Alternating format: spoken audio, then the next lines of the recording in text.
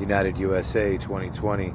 They lie to us, ladies and gentlemen, just like they lied about this, and they're lying about more stuff every day. So HAARP's campaign project range from Jupiter to the moon, says the University of Alaska Fairbanks is operating the High Frequency Active Aurora Research Program facility, also known as HAARP, for 13 projects this month. The projects are the latest made possible by the federal support for the Ionosphere Research Facility in Gakona.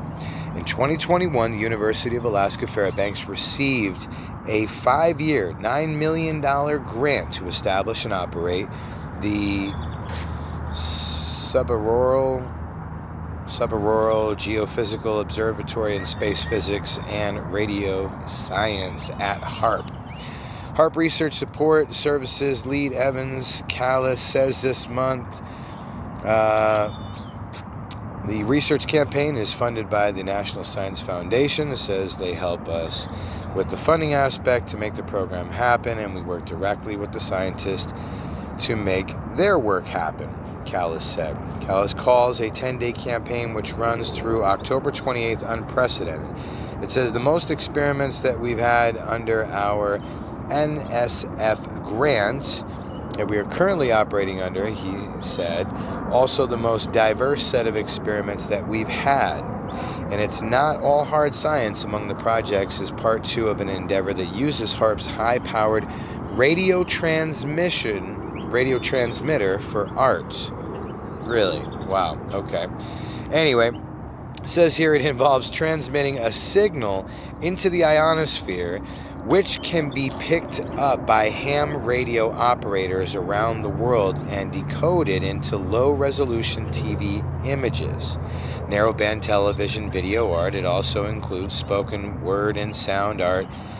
Callis said it's kind of a collaborative work between the artist and the amateur radio community to kind of make the artwork happen. Canadian artist Amanda Dawn Christie first transmitted art via HAARP. Okay, yeah, this is I'm gonna call bullshit. This is all bullshit. I'll go ahead and post a link in the description. This is all nonsense, ladies and gentlemen. So wow, oh my God, they're actually talk about pissing on our shoes and telling us it's raining. Here's a prime example of what I'm talking about. What liars these people are.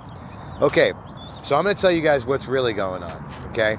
They're doing an experiment where they're going to try to bounce a frequency off the moon to Jupiter, okay?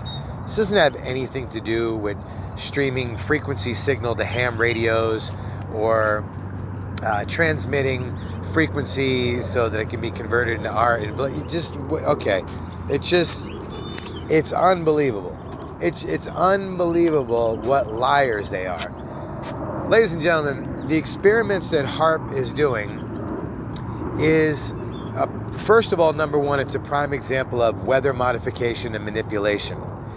I literally, before they realized that they didn't want the world to know this stuff, I literally saw a documentary on National Geographic. Not that they're the most trusted source, but let's be honest, Discovery Channel and National Geographic is one of the more reliable sources when it comes to them doing a documentary about something. I'm not saying they don't lie, but what I am saying is the documentary that I saw, they directly admitted that when they turn on this array of antennas, they can literally send a beam of energy, a directed energy, up into the upper stratosphere, atmosphere, ionosphere.